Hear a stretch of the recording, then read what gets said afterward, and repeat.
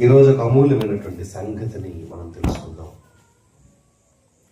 దీర్ఘశాంతములో దేవుడు, దుర్మార్గములో మనిషి అనే ఈ సందర్భాన్ని దేవుని గ్రంథంలో నుంచి మనం తెలుసుకుందాం.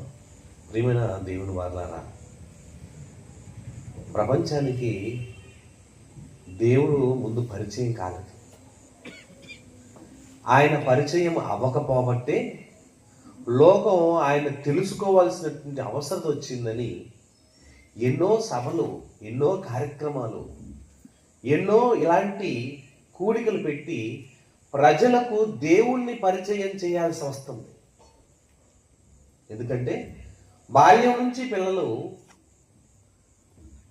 అమ్మ గోరుముద్దలు తినిపించేటప్పుడే చెప్పాల్సినటువంటి దేవుని మాటలు, తల్లి గర్భంలో ఉన్నప్పుడే వినిపించాల్సినటువంటి మాటలు బాల్యం నుంచి వినలేదు కనుక ఇప్పుడు ఇంకా ఘోషించి భయంకరంగా మనుషులను దేవుడి సన్నిధికి తిప్పటం కొరకు దేవుడు ఎంతో ప్రయాసపడి మనుషులందరినీ, ఆయన సేవకుల్ని అందరినో రేపి ఇలాంటి సభలు, కూడికలు ఏర్పాటు చేసి వాక్యాన్ని అందించడానికి ఆయన ఎంతగానో ఎదురు చూస్తున్నాడు.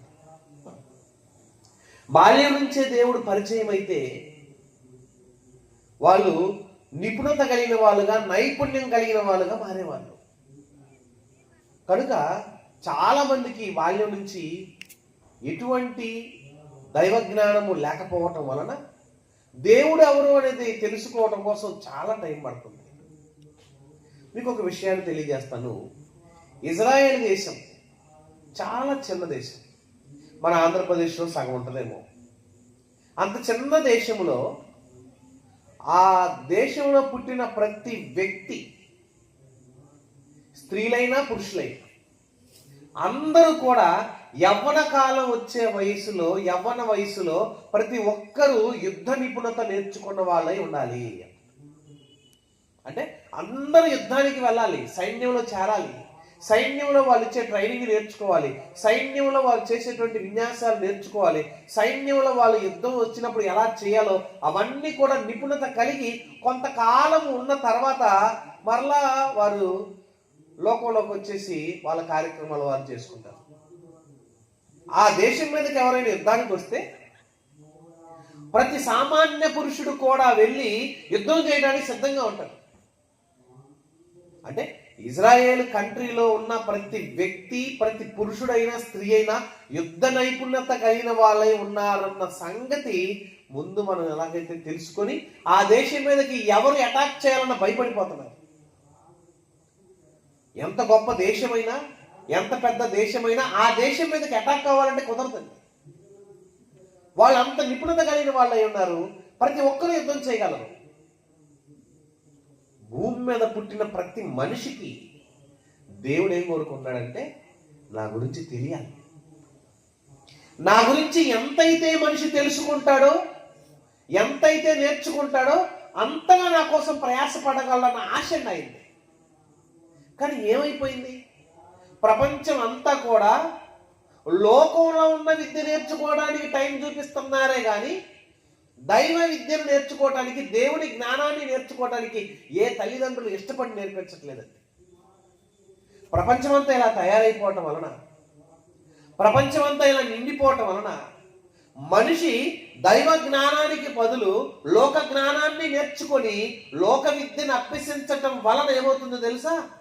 దుర్మార్గుడుగా, దుష్టుడుగా, ద్రోహిగా మారిపోతున్నాడు. అందుకంటే సకల విద్యా ప్రావీణ్యుడు అని ఒక పేరు ఉంది ఒక ఆయనకి బైబిల్లో. ఎవరండి ఆయన? మోషే. మోషే సకల విద్యా ప్రావీణ్యత సంపాదించాడు.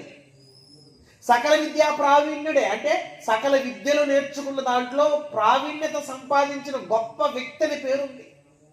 అంత పేరున్న సకల విద్యా ప్రావీణ్యుడికి ఏం లేదు? జ్ఞానం లేదు. ఎప్పుడు? దేవుణ్ణి ఎరగక ముందు జరిగిన సంగతి. ఆ టైంలో అతను జ్ఞానము లేక తన ప్రజలైనటువంటి హెబ్రీలను చంపుతున్నారని, హెబ్రీలు హింసిస్తున్నారని, హెబ్రీలు కొడుతున్నారని, తన ప్రజలను కాపాడుకోవటానికి కోసం ఐగుప్తులో ఉన్నటువంటి సైన్యంలో ఉన్న వ్యక్తిని వెంటనే భయంకరంగా కొట్టి చంపేశాడండి. అప్పటికే సకల విద్యలు నేర్చుకున్నాడు. సకల విద్యలు నేర్చుకున్నాడు కానీ మర్డర్ చేసే స్థాయికి ఎదిగిపోయాడు.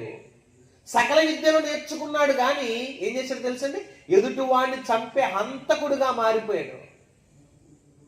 అంటే సకల విద్యా ప్రావీణ్యుడే కానీ విద్య నేర్చుకున్నాడు కానీ జ్ఞానం నేర్చుకోలేకపోయాడు. జ్ఞానం కావాలన్నా, తెలివి కావాలన్నా నువ్వు క్రీస్తు యొక్క మాటలో, బోధలో విన్నవాడికే వస్తుందన్న సంగతి బైబిల్ చెప్తుంది. కనుక ప్రియమైన దేవుని వాళ్ళరా, ఈరోజు మనం వినబోతున్నటువంటి ఈ పాఠంలో దేవుని ఉద్దేశం ఏంటంటే, భూమి మీద పుడుతున్న ప్రతి వ్యక్తి దేవుడు ఎన్నుకుంటే వచ్చారన్న సంగతి మనం ఎరగాలి. ముందు ఎవరైనా ఈ భూమి మీద పుట్టినవాడు, ఏ దేశస్థుడైనా, ఏ ప్రాంతానికి సంబంధించిన వాడైనా, ఏ జాతికి సంబంధించిన, ఏ భాషకు సంబంధించిన వాడైనా, ఎలాంటి వాడైనా సరే ప్రతి వ్యక్తిని దేవుడే స్వయంగా ఆయన ఎన్నిక చేసుకొని ఆయన ఎన్నికలో తల్లి గర్భం నుంచి బయటకు వస్తున్నాడు. మనందరూ తెలిసిందే, కోటాను కోట్ల మంది తల్లి గర్భంలో వెళ్తున్నప్పుడు వెళ్ళిన వాళ్ళల్లో దేవుడు ఎవరినైతే ఎన్నుకున్నాడో వాళ్లకు మాత్రమే ఛాన్స్ ఇచ్చి, వారిని మాత్రమే దేవుడు కోరుకొని ఈ భూమి మీద పుట్టడానికి అవకాశం ఇచ్చాడు.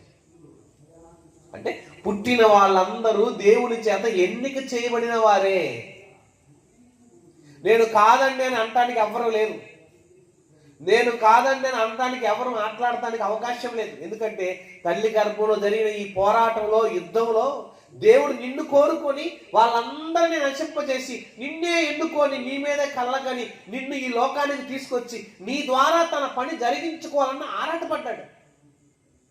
ఆ ఆరాటంలో ప్రతి మనిషిని దేవుడు కోరుకున్నాడు. అందులో నువ్వు, నేను, మనమందరము దేవుని చేత ఎన్నిక చేయబడిన వాళ్ళమే. అందుకని దేవుడు మనకు ఏది మరుగు చేయకూడదని, మనకు తెలియకుండా ఏది ఉండకూడదని లోకము పుట్టక ముందున్న సంగతులు కూడా దేవుడు ఈ గ్రంథంలో రాశాడండి. అది యేసుక్రీస్తు ద్వారా తెలియజేశాడు. ఎలాంటి మాట అన్నాడో ఒకసారి బైబిల్ మీరు ఓపెన్ చేసినట్లయితే ఓ మంచి మాటను దేవుడు చెప్తున్నాడండి. మత్తయి సువార్త 13వ అధ్యాయము 34వ వచనాన్ని మీరు చూసినట్లయితే, మత్తయి సువార్త 13వ అధ్యాయము 34వ వచనంలో ఒక మంచి మాట అంటున్నాడు. నేను నా నోరు తెరిచి ఉపమాన రీతిగా బోధించదను. లోకము పుట్టినది మొదలుకొని మరుగు చేయబడిన సంగతులను తెలియజెప్పేదను. ఏది దాచను అన్ని చెప్పేస్తాను. దేవుడు ఏది దాచుకోలేదండి, అన్ని చెప్పేశాడు. అది యేసుక్రీస్తు అంటున్నాడు. లోకము పుట్టినది మొదలుకొని, లోకంలో పుట్టింది మొదలుకొని మరుగు చేయబడిన ప్రతి సంగతిని నేను మీకు తెలియజేస్తాను. ఏం జరిగిందో, ఏం జరుగుతుందో, ఏం జరగబోతుందో ప్రతిదీ నేను మీకు దాచుకోకుండా చెప్తాను అంటున్నాడు. ఏం జరుగుతుంది, ఏం జరిగిందని చెప్పబోతున్నాడు, ఏం జరగాలని చెప్పబోతున్నాడు. ఎందుకంటే భూమి మీద దేవుడు తను కోరుకుని కలల కన్న ఈ సమాజాన్ని తాను ఎన్నో కలల కన్నాడు. ఆ విధంగా ఉండాలని ఎన్నో ఆశయాలు పెట్టుకున్నాడు. ఈ ఆశయాలు ఎవరి మీద తెలుసా? ప్రకృతిలో దేవుడు ఏర్పాటు చేసినటువంటి, స్వయంగా తాను తన గర్భం నుంచి బయటకు పంపించిన మనుషుల మీద. ఈ మధ్యకాలంలో చాలా మంది క్రీస్తు గురించిన విషయంలో కానీ, దైవం యొక్క విషయంలో కానీ తప్పుడుగా మాట్లాడుతూ నేర్చుకుంటున్నారు. యేసుక్రీస్తు దేవుని చేత కనబడ్డాడు అని అంటే దానికి భయపడిపోతూ, దానికి లోబడిపోతూ, కంటే దేవుడు కాదు కదండి అని భయపడిపోతున్నారు. నేను కనబడ్డాడు, నేను పుట్టించాను, ఆ కనబడిన వాడిని కూడా నేను నాలాగే చేసుకున్నాను, నా అంతటి వాడిని ఉంచాను, నాలాంటి నిత్యత్వాన్ని ఆయనకి ఇచ్చాను అని అంటే దాన్ని ఒప్పుకోవట్లేదు. కొత్త రకంగా తయారైపోయింది సమాజం. కోటాను కోట్ల సంవత్సరాలకు ముందే దేవుడు తన కుమారుడైన క్రీస్తుని కన్నాడు అంటే ఒప్పుకోమని అంటుంది సమాజం. ఆయన కంటే తప్పేంటి? దేవుడు తాను ఒక్కడే అంటున్నాడు, ముగ్గురు అన్నట్టుగా చేశాడు. మనల్ని కూడా కన్నాను అని అంటున్నాడు. కన్నాడు కాబట్టి మనుషులు కూడా దేవుని ఆత్మను పంచుకున్న వాళ్ళమని అంటే కొందరు అది కూడా అంగీకరించట్లేదు. మనుషులు దేవునితో సమానమా అని అంటున్నారు. నిజంగండి, దేవుడు మనల్ని కనటానికి ముందు ఎన్ని ప్రయత్నాలు చేశాడో, మనం స్వయంగా తన గర్భంలో నుంచే పంపించాడన్న సంగతి రాయించినా కూడా తప్పుగానే ఆలోచిస్తున్నారు. చూడండి, లూకాసు వార్త మనం చదివినట్లయితే బైబిల్లో ఉన్నటువంటి మాటలన్నింటిలో మనం చూస్తే ప్రతి మాటలో దేవుడు అంటున్నాడు, భూమి మీదకి వచ్చిన ప్రతి వ్యక్తిని ఆయన స్వయంగా 3వ అధ్యాయం చివర వచ్చి మనం చదివినట్లయితే ఈ భూమి మీద పుట్టిన వాళ్ళ గురించి మాట్లాడుతూ దేవుడు అన్నాడు, కేయినాను అనే వ్యక్తి ఎనోషు అనే ఒక తండ్రికి పుడితే, ఎనోషు అనే వ్యక్తి షేతు అనే ఒక తండ్రికి పుడితే, షేతు అనే వ్యక్తి ఆదాముకు పుడితే, ఆదాము దేవుని కుమారుడు అన్నాడు. అంటే దేవుడు తనలోని ఆత్మను పంచి ఇచ్చాడని అన్నా కూడా, తన భాగమని మనల్ని చెప్పినా కూడా నమ్మని దశకు వెళ్ళిపోతుంది నేటి క్రైస్తవ్యం. నువ్వు నేను దేవుడిలోని భాగాలం. దేవుని యొక్క ఆత్మను పులిగి పుచ్చుకున్న వాళ్ళం. దేవుని ఆత్మలో నుంచి వచ్చిన భాగాలం అన్నా కూడా మనం దేవుళ్ళం ఏంటండి, దేవుళ్ళ నుంచి వచ్చిన వాళ్ళు అంటే దేవుడి స్థాయి వేరు, మానవుని స్థాయి వేరని మానవుణ్ణి దేవుని కంపేర్ చేయడానికి కుదరదని అంటున్నావు. అంటే నువ్వు దేవుని కుమారుడు అన్న సంగతి ఒప్పుకోలేని దశలో ఉండిపోయావంటే ఏమైపోతాడు తెలుసా? దుర్మార్గుల స్థాయికి వెళ్ళిపోతున్నాడు మనిషి. నీతిని అనుసరించిన వాడు, నీతిని నమ్మని వాడు, దేవుని మాటకు లోబడిన వాడిని దేవుడు ఏమన్నాడు తెలుసా? దుర్మార్గుడు అన్నాడు. రోజు రోజుకి మనిషి ఏమైపడతాడు తెలుసా? దుర్మార్గుడుగా తయారైపోయాడు. దుర్మార్గులు నీతిగా ఉన్నవాడిని నమ్మరు, నీతిమంతులుగా ఉన్న వాళ్ళకు దుర్మార్గులుగా ఉన్నవారు పడదు అని అంటున్నాడు. సామెతల గ్రంథం మీరు చూసినట్టు ఒక మంచి మాట అంటున్నాడు. 29వ అధ్యాయము 27వ వచనం చూసినట్లయితే, సామెతల గ్రంథము 29వ అధ్యాయము 27వ వచనంలో ఒక మంచి మాట రాశాడండి. ఎలా ఉంటారంటే, దుర్మార్గులు నీతిమంతులకు హేయుడు, యథార్థవంతుడు భక్తిహీనుడికి హేయుడు. దుర్మార్గుడు నీతిమంతుడికి హేయుడైతే యథార్థవంతుడిగా ఉన్నవాడికి భక్తిహీనుడు హేయుడుగా ఉన్నాడు అంటున్నాడు. దేవుణ్ణి నమ్మని వాడే దుర్మార్గుడుగా ఉండిపోయాడు భూమి మీద. దేవుణ్ణి అంగీకరించట్లా. రోజుకి మనిషి ఏమవుతాడు తెలుసా? దుర్మార్గుడిగా మారిపోతున్నాడు, దుష్టుడుగా మారిపోతున్నాడు, దుష్టులు అయిపోతున్నారు. అబ్రహాం అదే అడిగాడు దేవుణ్ణి, అయ్యా సొదొమ గొమొర్రా పట్టణాలు తగలబెడతానని నువ్వు వెళ్తున్నావు కదా, అక్కడ దుష్టులు లేకపోతే కాపాడతావా అని అడిగాడండి. దుష్టులు లేరా అని అడిగాడు. దుష్టులు ఉన్నారని నువ్వు వెళ్తున్నావు కదా, దుష్టులు లేకపోతే అన్నాడు. ఏంటి? దేవుడే స్వయంగా ఎన్నిక చేయబడిన సంతతి, దేవుడే కన్న మనలను, దేవుని చేత పుట్టినటువంటి ప్రతి మనిషి, దేవుడు కోరుకున్న వాళ్ళల్లో దుర్మార్గులు దుష్టులు ఉన్నారా అని అంటే ఉన్నారని చెబుతున్నాడు. అలా మారారని చెప్తున్నాడు. ఎలాంటి వాళ్ళు? ఆదికాండం 18వ అధ్యాయం మీరు చూసినట్లయితే అక్కడ అంటున్నాడు.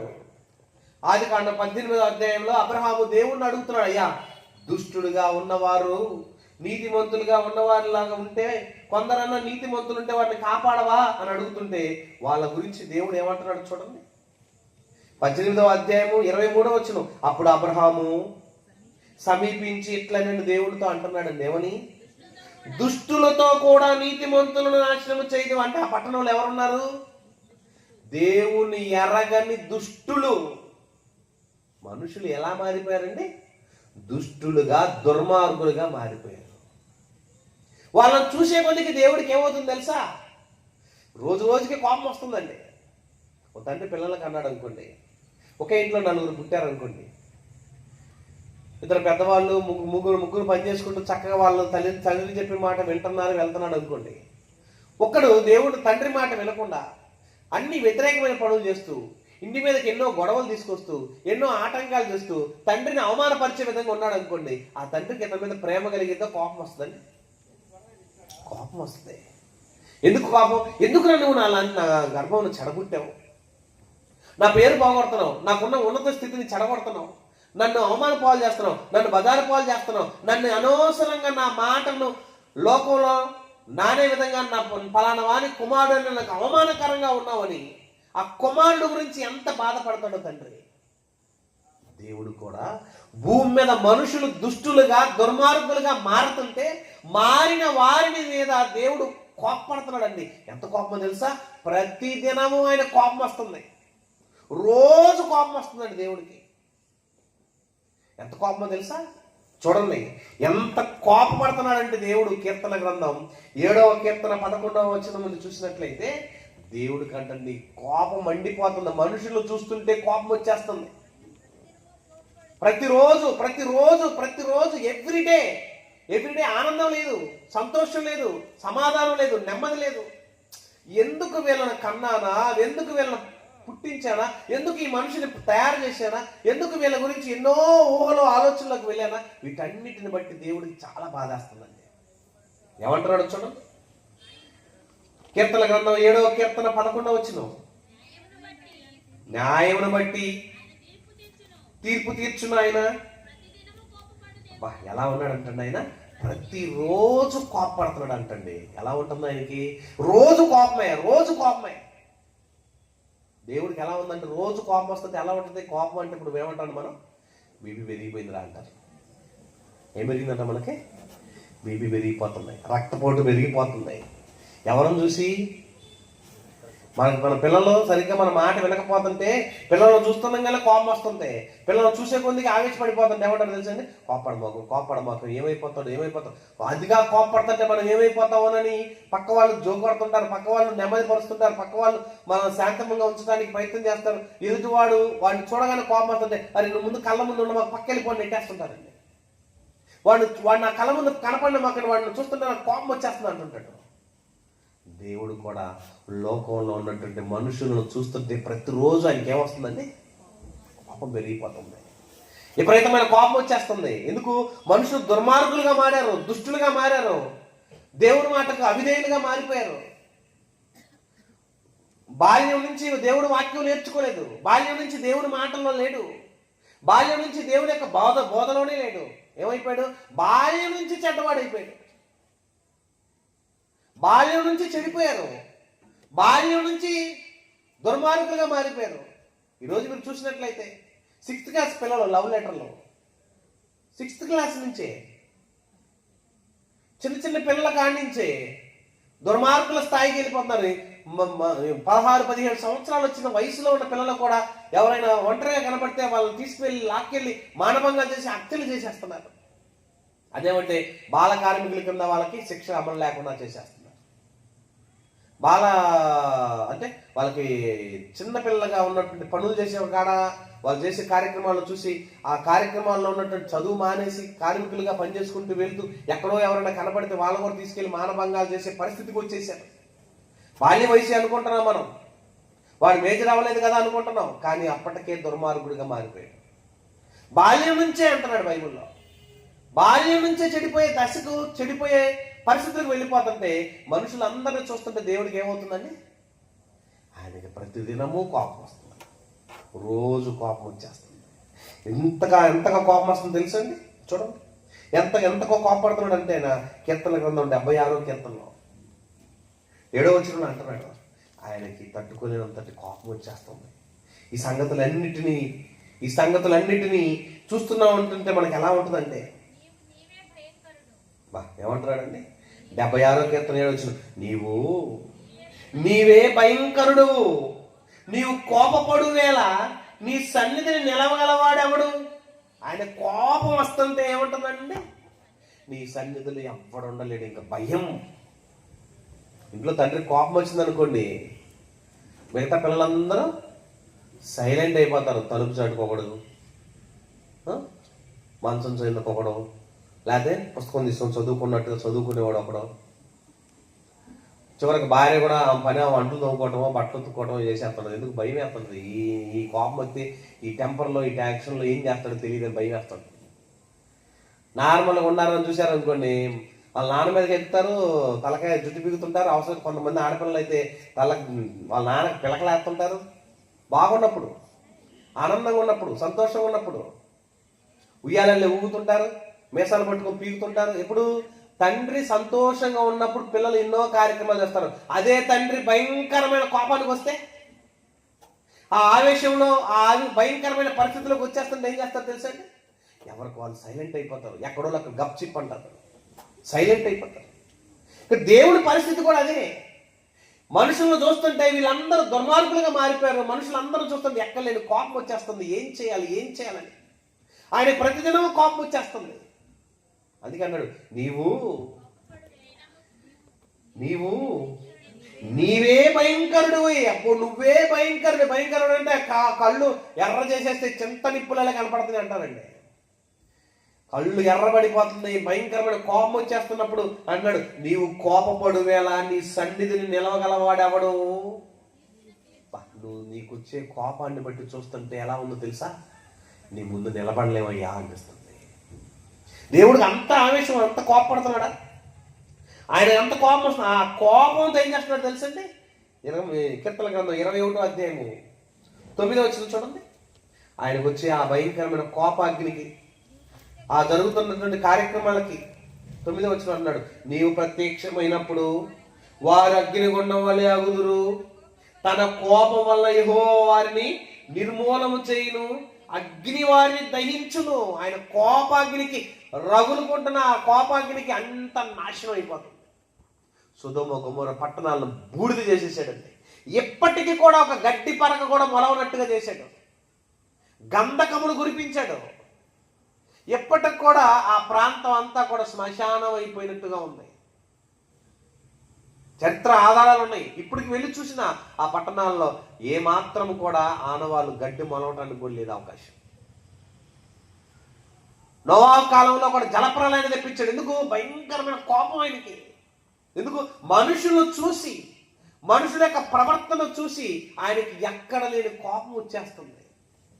చేయరాని కార్యాలు చేస్తున్నారు, చెప్పకూడని విషయాలు చేసేస్తున్నారు. ఎంతటి దుర్మార్గులుగా, దుష్టులుగా మారిపోతున్నారంటే మనుషులు చూసి తట్టుకోలేకపోతున్నాడు. ఈ ఆవేశము, ఈ టెన్షను, ఈ పరిస్థితులను ఎవరు చూస్తున్నారండి? ఎవరు చూస్తున్నారు? పరలోకంలో నుండి యేసుప్రభు చూస్తున్నాడు. అందుకే మత్తయి సువార్త 13వ అధ్యాయంలో ఇందా చదువుకున్నాం కదా, లోకము పుట్టక ముందటి, మళ్ళా చదువుదాం మాట. మత్తయి సువార్త 13:34, నేను నా నోరు తెరిచి ఉపమాన రీతిగా బోధించుదును, లోకము పుట్టినది మొదలుకొని మరుగు చేయబడిన సంగతులు మీకు తెలియజెప్పేదను. ఈ పరిస్థితులు, ఈ ఆడావుళ్ళన్నీ పరలోకంలో చూస్తున్నటువంటి యేసుప్రభుకి అర్థమవుతుంది. ఏంటి తండ్రి పరిస్థితి? ఏంటి ఎంత కోప్పడిపోతున్నాడు ఈయన? ఇంక ఈ కోపానికి భూమి ఉంటుందో ఉండదో? పరలోకం వచ్చేవాళ్ళు ఉంటారో ఉండరో? అసలు పరలోకానికి వచ్చేవాళ్ళు ఉంటారంటారా? పరలోకం రాగలిగే పరిస్థితి మనుషులకు ఉంటుందా? వీళ్ళు రాగలరా, రాలేరా? ఎందుకంటే దేవుడు చాలా కష్టపడ్డాడండి ఈ భూమిని చేయడానికి, సకల సృష్టిని చేయటానికి, సకల జీవరాశులను కలిగించడానికి ఎంత కష్టపడ్డాడు తెలుసా?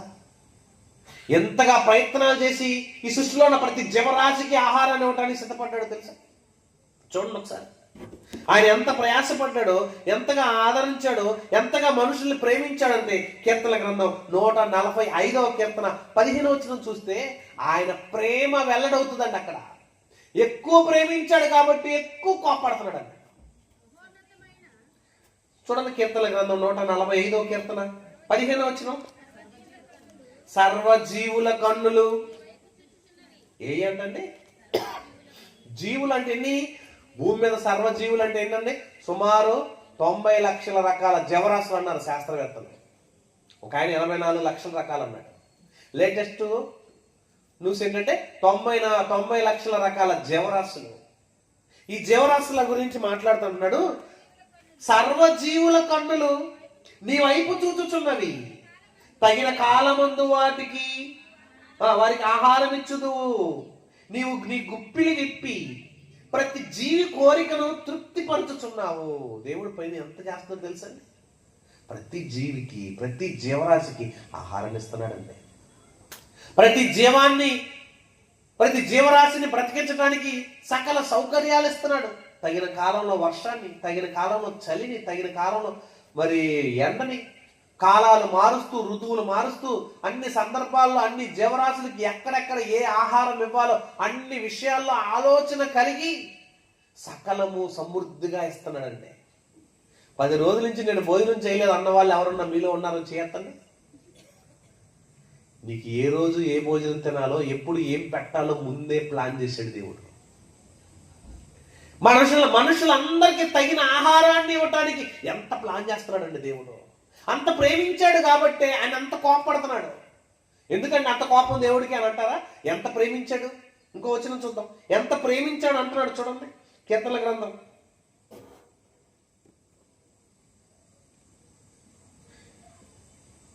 89వ కీర్తన 7వ వచనం చదవండి. 147వ కీర్తన 9వ వచనం. 147వ కీర్తన 9వ వచనం. పశువులకును అరచుచుండు పిల్ల కాకులకును ఆయన ఆహారం ఇచ్చువాడు. ఏం చేస్తాడంటే పశువులకే కాదు, అరచుచుండు పిల్ల కాకులకు కూడా ఆయన ఆహారం ఇచ్చేవాడు. ఎంత ప్రేమించేవాడు అండి. అరచుచుండు గూట్లో కూర్చొని కాకి పిల్ల అరుస్తుంటది. తండ్రి నాకు ఆకలి అవుతుంది, ఆహారం పెట్టవా? ఎవరికి పెట్టాలి ఇప్పుడు? కాకి పిల్ల. మరి కాకి పిల్ల వెళ్ళి ఆహారం తెచ్చుకోగలిగిద్దా? చేత కాదు, దానికి ఎగరటం చేత కాదు. గూట్లోంచి వెళ్ళలేదు. గూట్లోంచి ఉదయమే తల్లిదండ్రి వెళ్ళిపోయారు. ఆడకాకి వెళ్ళిపోయింది, మగ కాకి వెళ్ళిపోయింది. మరి ఇది ఇక్కడ కూర్చొని దేవుడికి మొరపెడుతుంది. అమ్మా నాన్న నాకు ఆహారం పెడతారని అడగట్లా. కాకి పిల్ల గూట్లో కూర్చొని దేవుడిని అడుగుతుంది, దేవా నాకు ఆకలి అవుతుంది అయ్యా, నా ఆహారం ఇచ్చండి. ఇప్పుడు దేవుడు ఏం చేయడు?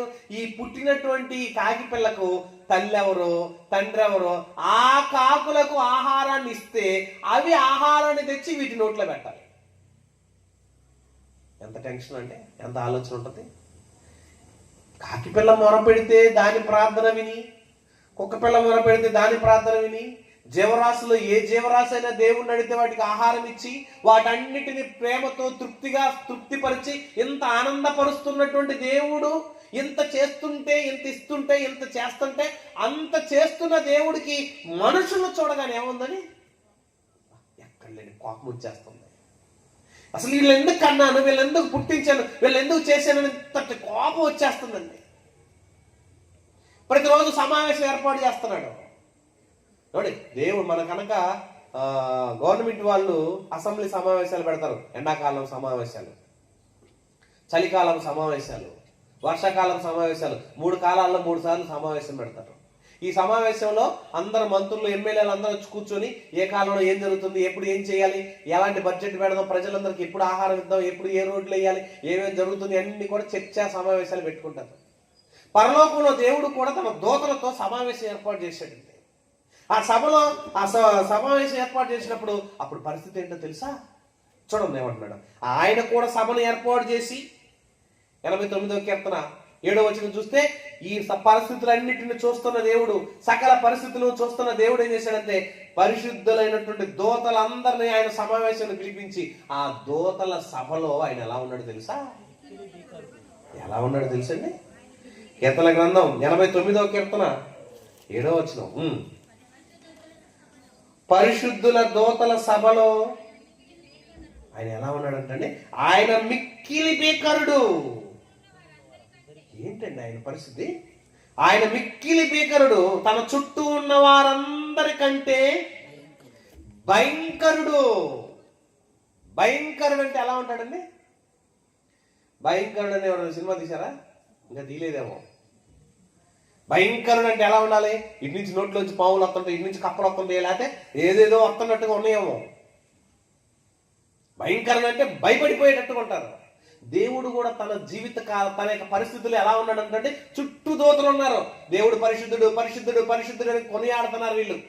ఆయనకి ఇవేమి బుర్రకెక్కట్లా. ఆయన మనసులో ఏమి లేదు. నువ్వు పరిశుద్ధుడు పరిశుద్ధుడు అని ఎంత ప్రతిగానాలు చేస్తున్నా ఆయన పరిస్థితి ఎలా ఉంది? కోపముతో ఆవేశంతో రగిలిపోతున్నాడు. తన చుట్టూ ఉన్న వారందరికి ఎలా కనపడుతున్నాడు? మిక్కిలి భీకరుడు, భయంకరుడుగా కనపడుతున్నాడు.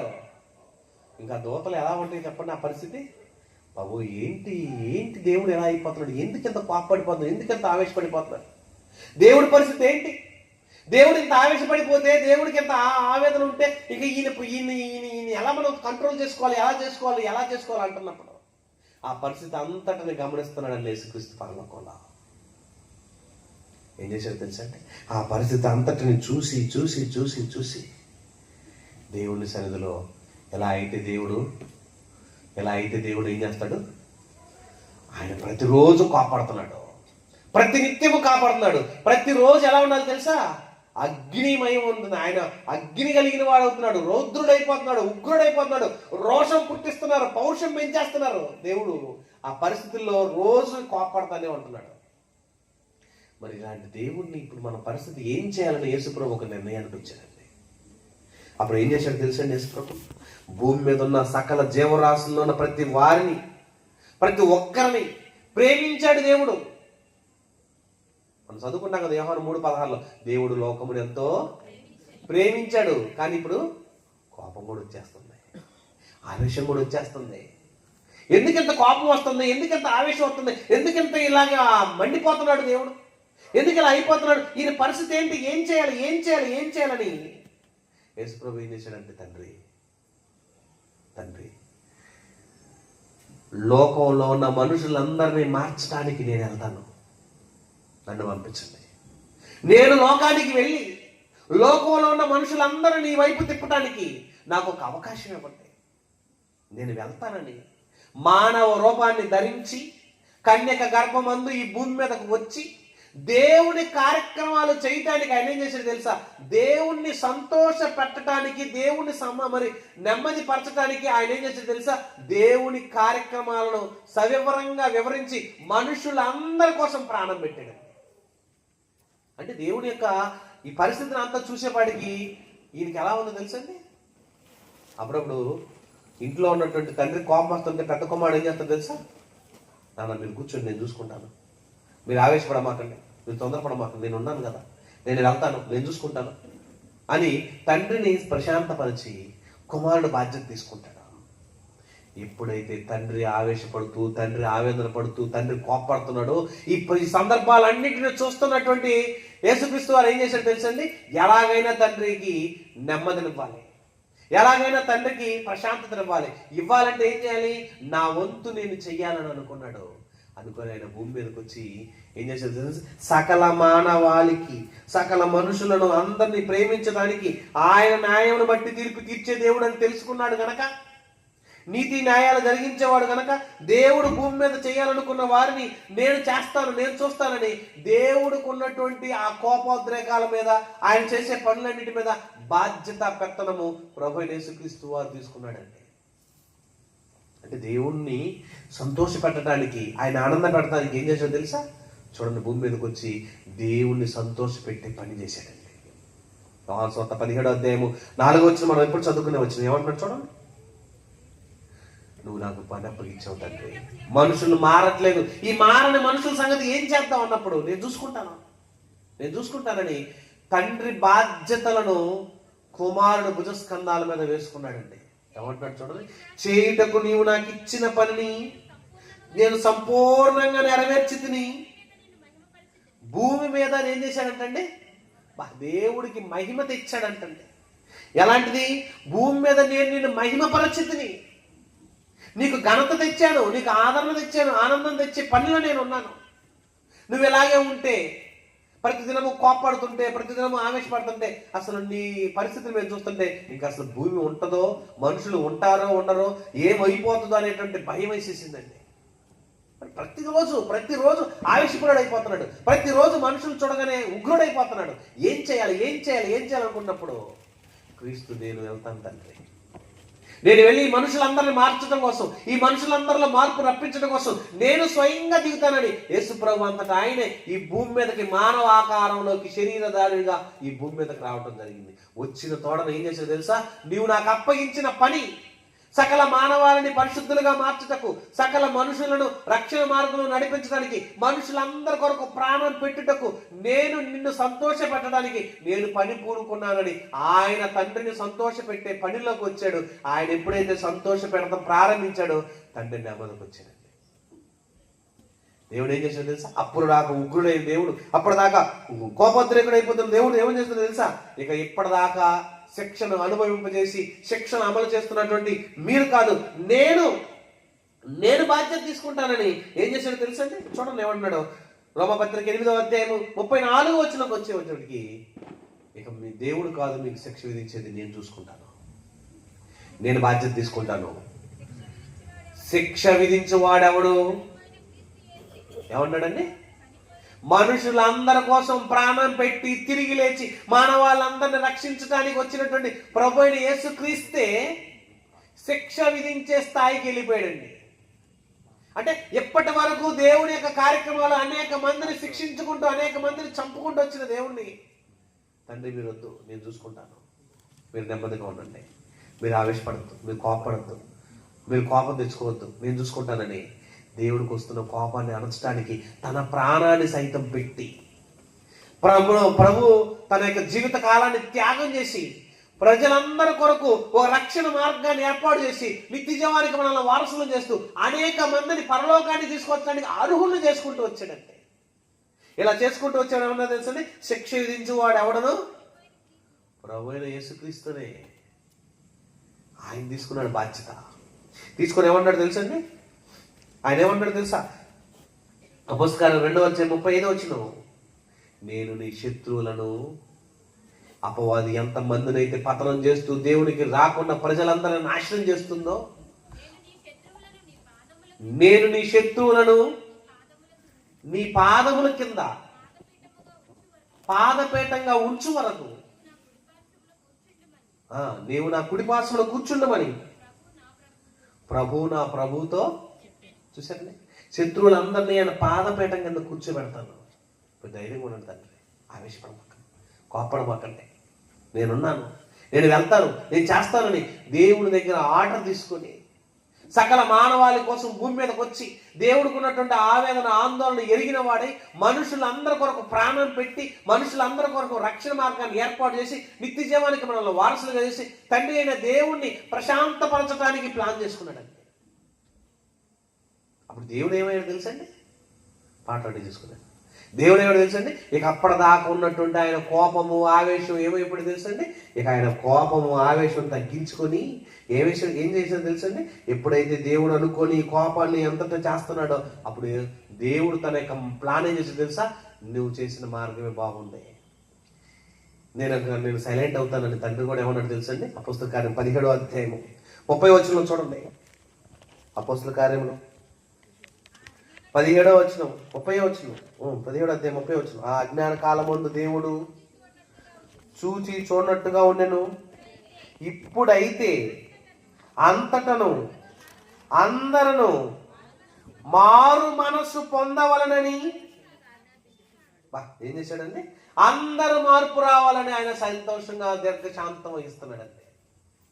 అందరికి మారు మనసు ఇద్దాం, అందరూ మారు మనసు దయచేద్దాం, అందరూ చంపేద్దాం, అందరూ తొందరపడకుండా దేవుడు ఏం చేసేది తెలుసా? అందరికీ అవకాశం ఇచ్చుకుంటూ వచ్చినండి.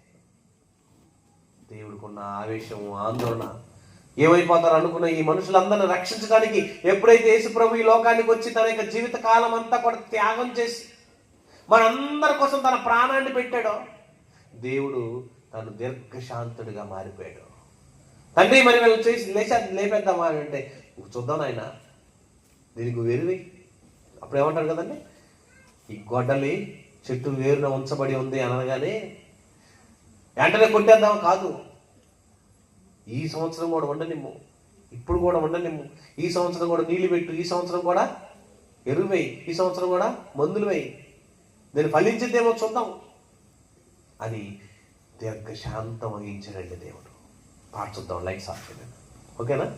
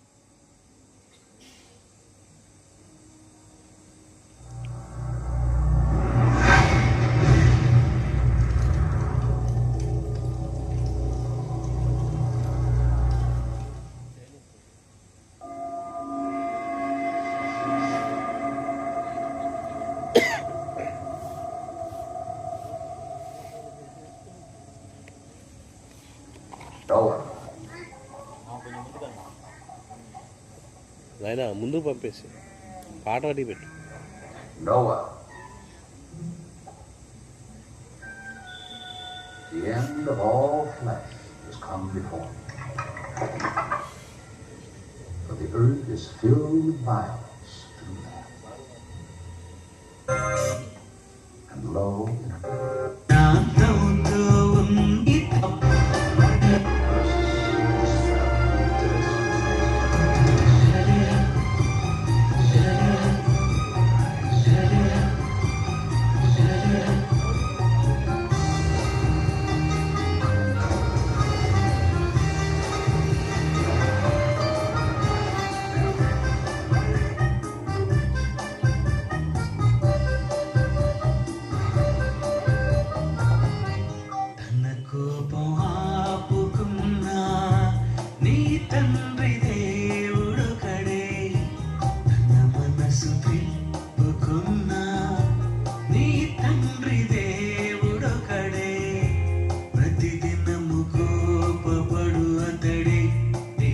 శాంతంతో ఉన్నాడు, పాపమే చేస్తున్నా చూస్తూ శిక్షించకుండా ఉన్నాడు. మారాలని నువ్వు మారాలని, మార్చాలని నిన్ను మార్చాలని, తన కోపం ఆపుకున్నా నీ తండ్రి దేవుడొకడే, తన మనసు త్రిప్పుకున్నా నీ తండ్రి దేవుడొకడే.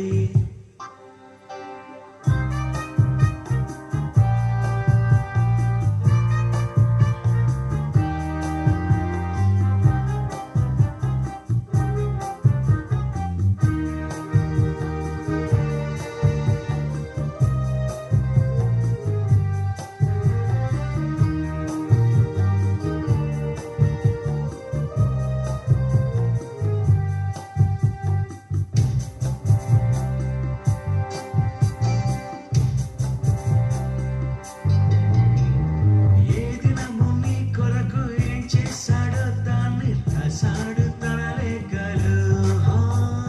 తన లేఖలన్నిటినీ గ్రంథముగా ముద్రించి పెట్టాడు నీ చేతిలో.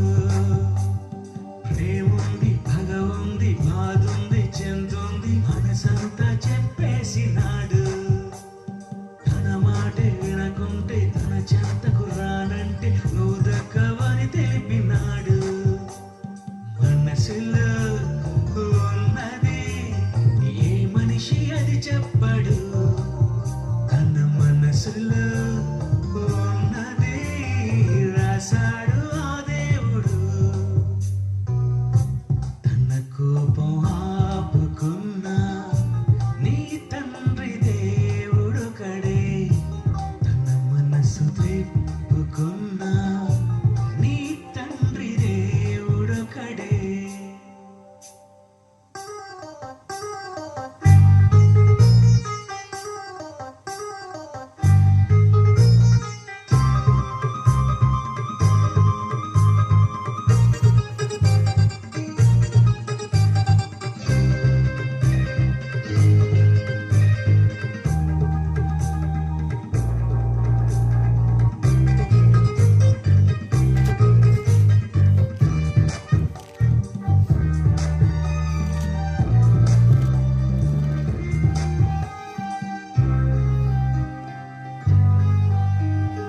ఆకాశమే చూడు ఎంతున్నది, ఈ భూమిపై చూడు ఎన్నున్నది, అందులో ప్రేమ కొలవాలని తెలుసా, అది తెలుసా. ఆకలిస్తుందని నీకని చెట్టు చేయాలని వంటని రుచి చూడు ఆ తండ్రి ప్రేమ, కొలవాలి ఆ తండ్రి ప్రేమ. నీకోసమే చూడు ఎన్నున్నవి, ప్రాణాలు ఇస్తున్నవి నీకని, కొలవాలి ఆ తండ్రి ప్రేమ. చూపించు నీకున్న ప్రేమ,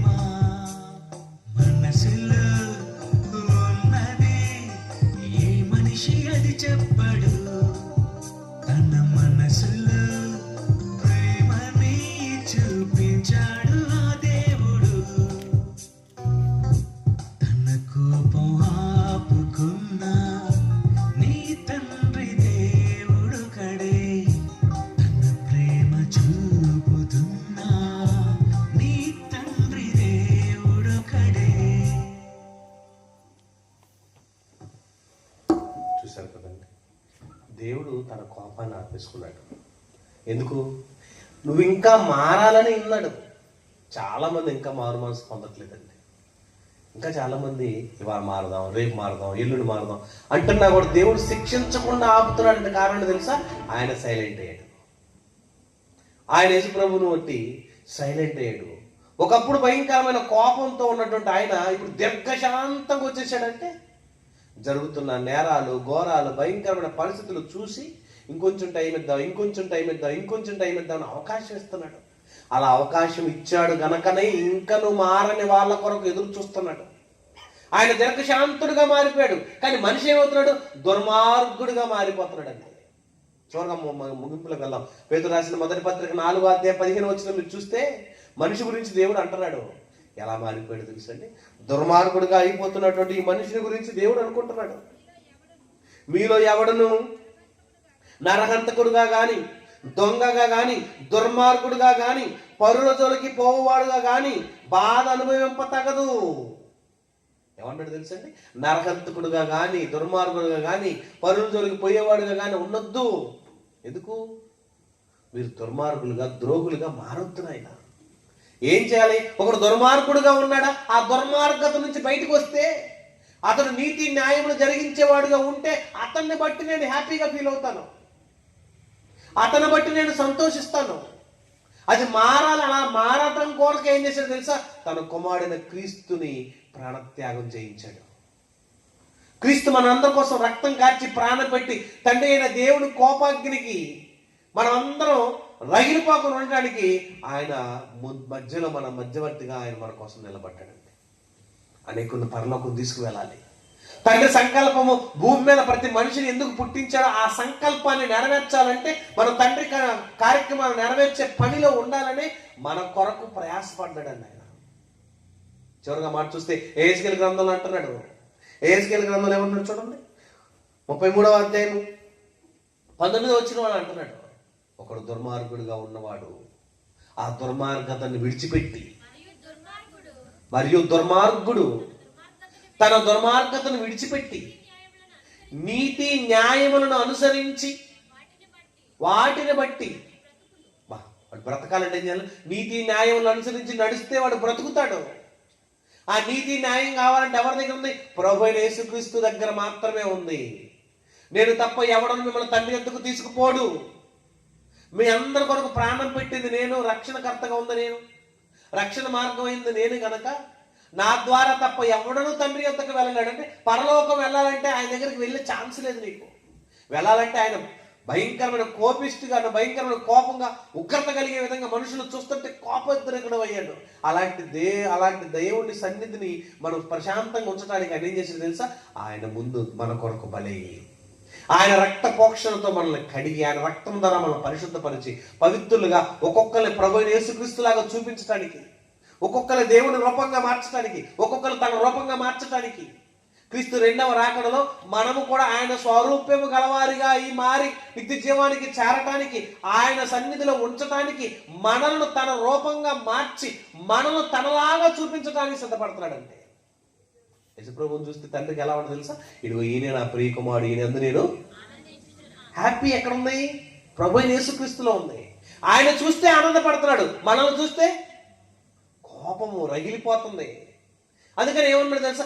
మనల్ని చూడడానికి, ఆయన కోపోద్రికుడు అవుతూ ఉండడానికి ఆయనలా మార్చాడండి. ఆయనలా మార్చుతున్నాడు. ఆయనలాగా మనం అవ్వాలని కోరుకుంటున్నాడు. ఇంకొక మాట, యోహాను మొదటి పత్రికలో మాట అంటాడు, 3వ అధ్యాయంలో ఏమన్నాడు తెలుసండి? మనల్ని ఆయనలాగా మార్చి, చూడండి 3వ అధ్యాయం 1వ వచనం, మనము దేవుని పిల్లలమని పిలువబడినట్లు తండ్రి మనకెట్టి ప్రేమను అనుగ్రహించిన చూడండి. మనము దేవుని పిల్లలమే, ఈ హేతువు చేత లోకం మనల్ని ఎరగదు, ఏలయనగా అది ఆయనను ఎరగలేదు. ప్రియులారా, ఇప్పుడు మనము దేవుని పిల్లలమై ఉన్నాము. మనం ఇంకా ఏమవుదామో ఇంకా ప్రత్యక్షపరచబడలేదు. కానీ ఆయన ప్రత్యక్షమైనప్పుడు, క్రీస్తు రెండవ రాకడలో ఈ భూమి మీదకి వచ్చినప్పుడు ఆయన ఉన్నట్లుగానే ఆయనను చూతము గనక ఆయనను పోలి ఉందమని ఎరుగుదము, ఆయనలా మారిపోతాము అంటున్నాడు. ఆయన పోలి ఉంటాం. పరలోకం వెళ్ళాలంటే ప్రతి ఒక్కరు ఏం చేస్తారు తెలుసా? ప్రభు అయిన క్రీస్తుని చూపించినట్టుగా చూపిస్తాడు. పరలోకంలో నువ్వు క్రీస్తులా మారిపోవాలి. నీ రూపము, నీ పరిపూర్ణత, నీకు ఆలోచన, నీ విధానము, నీ జీవితము, నీ పద్ధతి, నీ పనులు అన్ని కూడా ప్రభులాగా మారిపోతే పరలోక రాజ్యానికి వెళ్ళి అర్హతకి ఎలిజిబిలిటీ అవుతావు. పరలోక రాజ్యంలో చేరే వాళ్ళందరిని చూడగానే ఎలా ఉంటుంది? క్రీస్తుని చూసినప్పుడు తండ్రి ఎలాగైతే ఆనందిస్తున్నాను అంటున్నాడు, ఆ ఆనందాన్ని నిన్ను చూసినట్టు కూడా కలగాలి. అందుకని దేవుడు ఏం చేస్తాడు తెలుసా? దీర్ఘశాంతం అయిపోతాడు. పూర్తి బాధ్యతలు యేసు ప్రభు తీసుకున్నాడు. భూమి మీదను పరలోకమందు నాకు సర్వాధికారము ఇవ్వబడింది. నాకు పూర్తి అధికారం దేవుడు నాకు ఇచ్చాడు. పరలోకమందున అధికారం ఉంది, భూమి మీద నాకు సర్వాధికారం ఉంది. ఎవరైతే నా యందు విశ్వాసం ఉంచుతాడో వాడు నిత్య జీవాన్ని అరుగుడుగా మారుస్తున్నానని, వాడిని నిత్య జీవాన్ని అరుగుడుగా మార్చి నిత్య జీవానికి మనం తీసుకెళ్తానికి ప్రశాంతంగా అందరినీ దేవుడి సన్నిధికి తీసుకెళ్ళాలని ఆయన ప్లాన్ చేస్తుంటే తండ్రి అయిన దేవుడు దీర్ఘశాంతుడై ఎదురు చూస్తున్నాడు. ఇంకా మారతారు, ఇంకా మారతారు, ఇంకా మారతారు. చూశారండి? తండ్రి అయిన దేవుడు కోపాన్ని అణుచుకొని మన కొరకు దీర్ఘశాంతుడిగా మారిపోయాడు. మనుషులు మాత్రం ఏమవుతారు తెలుసండి? క్రూరులుగా, ద్రోహులుగా, దుర్మార్గులుగా, మనుషులు చేర్చుకుంటూ, మన నరజాతిని చంపుకుంటూ, మనుషులు మన అనుకున్న వాళ్ళని చంపి కొట్టుకుంటూ, లోక ధనం కోసం, ఆస్తుల కోసం, అంతస్తుల కోసం, భూమి మీద ఉన్న వెండి బంగారాల కోసం నిలువున తల్లిదండ్రుల్ని భయంకరంగా నరికి చంపేవాళ్ళు, అన్నదమ్ములను చంపేవాళ్ళు, భయంకరమైనటువంటి కోపోద్రికులుగా మారిపోయేవాళ్ళు, ప్రియుడి కోసం ప్రియురాల కోసం ప్రియుడిని భయంకరమైనటువంటి చిత్రవాదం చేస్తూ భర్తల్ని భార్యలు కూడా చంపి ముక్కలు ముక్కలుగా చేసి ప్లాస్టిక్ డబ్బాలో పెట్టి సిమెంట్ పెట్టి ఫిల్ చేసిందండి ఒక ఆమె. ఎంత దారుణం! కానీ ప్రభు అయిన యేసుక్రీస్తు అయితే మీ కొరకు దీర్ఘశాంతాన్ని ఇవ్వటానికి తండ్రి అయిన దేవుడు దీర్ఘశాంతుడిగా మార్చాడు. మనం మారితే మనల్ని తీసుకొని నిత్యజీవానికి వెళ్ళేటప్పుడు మనల్ని కూడా ఆయనలాగా మార్చేస్తాడంటండి. ఎప్పుడన్నా ఒక ఎమ్మెల్యే గారు, ఎంపీ గారు వచ్చేటప్పుడు ఏం చేస్తారు తెలుసండి? ఆ ఎమ్మెల్యే గారి ముఖమో ఎంపీ గారి ముఖం ఏం చేస్తారో మనందరికి మాస్కులు పెడతారు. పిల్లలందరూ మాస్కులు పెట్టుకొని తిరుగుతుంటారు. అందరికి ఆ సీఎం గారి పుట్టిన ఉంటుంది, లేకపోతే ఎమ్మెల్యే గారి పుట్టిన ఉంటుంది. ఏంటి వీళ్ళందరూ లోపల ఉన్న ముఖం ఎవరికి కనపడదు, పైన ఉన్న ముఖాలన్నీ ఎమ్మెల్యేది ఎంపీదే కనపడుతుంటాయి. పరలోకానికి వెళ్ళడానికి కొన్ని నిన్ను ప్రభులాగా మారుస్తున్నాడు. ప్రభులాంటి స్వరూపంగా మార్చి నిత్య జీవాన్ని తీసుకువెళ్ళాలని యేసు ప్రభులాగా మనం అందరం ఆయన ఆనందపరిచే విధంగా ఉండాలని దేవుడిని దీర్ఘశాంతుని చేశాడండి. ప్రతి దినము కోప్పడే దేవుడు నీ కొరకు దీర్ఘశాంతునిగా మారినా, నేను ఇంకా మారను, నేను దుర్మార్గుడిగానే ఉంటాను, ఇంకా నీచుడిగానే ఉంటాను, ఇంకా మారని స్వభావం ఉంటాను, ఇంకా మారు మనసు పొందను, నేను ఇంతే అని అన్నావు అనుకోండి, నీకు నిత్య నరకం తప్పదు. ఆలోచించండి. నిత్య జీవానికి తీసుకెళ్తానికి యేసు ప్రభుని ఎంత రావడానికి సిద్ధపడుతున్నాడు. ఆయనతో పాటు కలిసి పరలోకానికి వెళ్తానికి సిద్ధపడతావో, ఆయన శిక్షిస్తే వెళ్ళి నరకానికి వెళ్ళిపోతావో, ఆయన శిక్షకు పాత్రుడు అయిపోతావు నువ్వే తెలుసుకో. ఎందుకంటే నమ్మిన వాళ్ళకి పెళ్లి కుమారుడుగా రాబోతున్నాడు, నమ్మని వారికి కొదమ సింహంగా రాబోతున్నాడు. ఆయన నమ్మని వాడిని తీసుకెళ్ళి నరకానికి అయిపోతున్నాడు, నమ్మిన వాడిని నిత్య జీవానికి తీసుకెళ్ళబోతున్నాడు. పూర్తి సర్వాధికారం కలిగినటువంటి ప్రభు అయిన క్రీస్తునందు విశ్వాసం ఉంచుతావో లేదా నిత్య నరకానికి వెళ్ళిపోయి పరిస్థితికి వెళ్తావో మీరు తేల్చుకుంటూ అంటున్నాడు దేవుడు. కనుక ఆలోచించండి, మన కొరకు దేవుడు దీర్ఘశాంతుడిగా మారాడు. మరి మనం దుర్మార్గతను విడిచిపెట్టి నీతి న్యాయాలను అనుసరించి ప్రభు అయిన క్రీస్తుని వెంబడించి నిత్య జీవానికి వారసులు అవుతారు, నిత్య నరకానికి పాత్రలు అవుతారు. మీరే నిర్ణయించుకోండి. కళ్ళు మూసుకోండి, ప్రార్థన చేసుకుందాం. మహోన్నతుడైన మా తండ్రి, జీవము కలిగిన దేవ, సకల జీవరాశులను సృష్టించి సమస్తమును చేసిన గొప్పవాడు తండ్రి. ప్రతి జీవికి, ప్రతి జీవరాశికి నిత్యము ప్రతిరోజు ఆహారాన్ని ఇచ్చి, అరచుచుండు కాకి పిల్లల సైతము ఆహారాన్ని ఇచ్చి, లోకమును ఎంతో ప్రేమించారని మీరు లేఖను సెలవిచ్చి, 6 దినాలు కష్టముతో సకల సమృద్ధిగా కందించి సకల సృష్టిలోని జీవరాశులన్నింటినీ మా కొరకు చేసి మమ్మల్ని నిత్యము నీతో ఉండాలని కలల కన్నా మీకు అవిధేయులుగా మారిపోయి లోక సంబంధమైన వ్యక్తులుగా మారిపోయిన మమ్మలను తండ్రి మీ దీర్ఘశాంతంతో ఇంకా కాపాడుతూ ఉన్నారు. దుర్మార్గులుగా మారిపోతున్న మమ్ములను, దుష్టులుగా మారిపోతున్న మమ్ములను నిత్య జీవానికి వారసులుగా చేయడానికి నీ కుమారుడు క్రీస్తుని ఈ లోకాన్ని పంపించారు. ఆయన మన కొరకు మా అందరి కోసం ప్రాణం పెట్టి తిరిగిచ్చాడు తండ్రి. ఆయన ఎందుకు విశ్వాసం ఉంచిన వాడు నిత్య జీవానికని ఓ చక్కని అవకాశాన్ని మాకు తెలియజేశారు. ఈ అవకాశాన్ని ఎందరైతే ఉపయోగపెట్టుకుంటారో వారందరూ నిత్య జీవానికి తీసుకెళ్ళమని, ఇంకను నమ్మక, ఇంకను మారక, ఇంకను అవిధేయులుగా ఉండి ఈ లోకంలో ఉన్న వాటిని అనుభవిస్తూ నిత్య నాశనానికి పాత్రలు అవుతున్న వారిని కూడా క్షమించి రక్షించి త్వరగా వారు కోరుకునే విధంగా ఈ మాటల ద్వారానైనా వారిని పురుగొల్పజేసి నిత్య జీవానికి వారసులయ్యే శక్తిని, మారు మనసుల పశ్చాత్తాపాన్ని దయచేయమని విన్న మాటలు వ్యర్థంగా పోకుండా సహాయం చేయమని, చెప్పిన మాటల్లో దోషములుంటే క్షమించి వాటిని సరిదిద్దుకునే అవకాశం మాకు అనుగ్రహించమని, నిత్యము నీ స్వరకు నమ్మకంగా బ్రతికే భాగ్యాన్ని ఇవ్వమని తండ్రి, ప్రతి నెల ఈ కార్యక్రమం జరిగించడానికి నీ బిడ్డలు పడుతున్న ప్రయాస వ్యర్థం కాకుండా నిలబెట్టినందుకు స్తోత్రాలు తండ్రి. ప్రతి నెల ఈ వర్షాకాలంలో వర్షం భావం కలుగుపోతున్నా కూడా ఆపి కార్యక్రమాలు సజావుగా మీరు జరిగిస్తున్నందుకు స్తోత్రాలు తండ్రి. స్త్రీల సమాజం వారిని, యవనస్తులను, కార్యక్రమాన్ని నడిపిస్తున్నటువంటి నీ బిడ్డలను ప్రతి ఒక్కరిని మీరు జ్ఞాపకం చేసుకోండి. మీ సేవలో నీ పరిచయలు అభివృద్ధి పరచండి. ఉన్న స్థితిలో ఈ పరిచయలు సహకారులుగా ఉన్న ఇదిగో తండ్రి కోఆర్డినేటర్ ఉన్న అంజుబాబు గారిని బట్టి, అలాగే ఈ కార్యక్రమాన్ని ఇక్కడ ఇన్ఛార్జిగా ఉండి నడిపిస్తున్న విజయ్ని బట్టి, అప్పుడప్పుడు ఈ కార్యక్రమంతో వాక్యాన్ని చెప్పి అనేకలు పురుకొల్పుతున్న సహోదరుడు మరి మా ప్రియ కుమారుడు నీ సన్నిధిలో నిలబెట్టి మొదటి ప్రసంగాన్ని వినిపించి మంచి మాటలు అందింపజేసిన సుదర్శన బట్టి, అలాగే నా తండ్రి నడిపిస్తున్నటువంటి నాయకులుగా ఉండి పూర్తి బాధ్యతను చేపట్టినటువంటి యువదేవా నీ బిడ్డలందరి విషయంలో ప్రార్థిస్తున్నాం. ఇదిగో నీ కాపుదలు దయచేయండి. సీమోన్ గారి విషయంలోను, అలాగే బాలు గారి విషయంలోను, అనిల్ గారి విషయంలోను, అలాగే తండ్రి మోషే గారి విషయంలోను, అలాగే తండ్రి యోగు గారి విషయంలోను, ఇక్కడ ఉన్నటువంటి పెద్దలు చిన్న గారి విషయంలోను ఎంతో మందిని తండ్రి నేర్పారు. వారందరి ద్వారా ఈ కార్యక్రమం జరిపిస్తున్నారు. అంతేకాక స్త్రీలు కానీ, చిన్న బిడ్డలు కానీ, యవనస్తులు కానీ వారు పడుతున్న ప్రయాసాలు అర్థంగా పోకుండా వీరు చేస్తున్నటువంటి కార్యక్రమం అనేకులకు మార్గదర్శకంగా ఉండి అనేకులకు తీర్పు పొందేటువంటి స్థితిలో నీ బిడ్డలను నిలబెట్టి సాక్షార్థమై ఈ బిడ్డల ద్వారా జరుగుతున్న ఈ కార్యక్రమం విజయవంతంగా జరిగించమని, ప్రతి నెల జరుగుతున్న ఈ కార్యక్రమానికి మీరే అధ్యక్షత వహించి క్రమంగా మర్యాద జరిగిస్తున్నందుకు మహిమ ఘనత ప్రభావాలు చెల్లిస్తూ మితమైన మాటల ద్వారా అందరిని పుడికొల్పి నామగంటగా వాడుకోమని, వచ్చిన ప్రతి బిడ్డ తిరిగి వారి ప్రయాణంలో వారి గృహాలకు చేరవలసి ఉండగా వాతావరణాన్ని అనుకూలపరిచి క్షేమకరంగా వారిని గృహాలకు నడిపించి మీ నామ ఘనతకై నడిపించి భద్రపరచమని, భవిష్యత్తు నేరుని మీరే మాకు అండగా ఉండి ప్రతి దినము ఏం జరగాలో ఎలా జరిగించాలో నిత్యం ఎరిగిన మీరే మాకు తోడుగా ఉండి నడిపిస్తూ మమ్మల్ని బలపరచమని, మా అందరి కోసం కలవరగిరిలో ప్రాణం పెట్టి తిరిగి లేచిన క్రీస్తు వారి పరిశుద్ధ నామమున ప్రార్థిస్తూ వేడుకొంచున్నాము తండ్రి.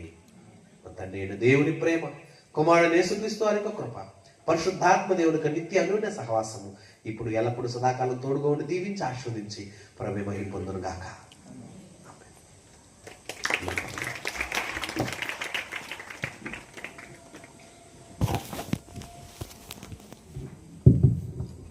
మంచిది.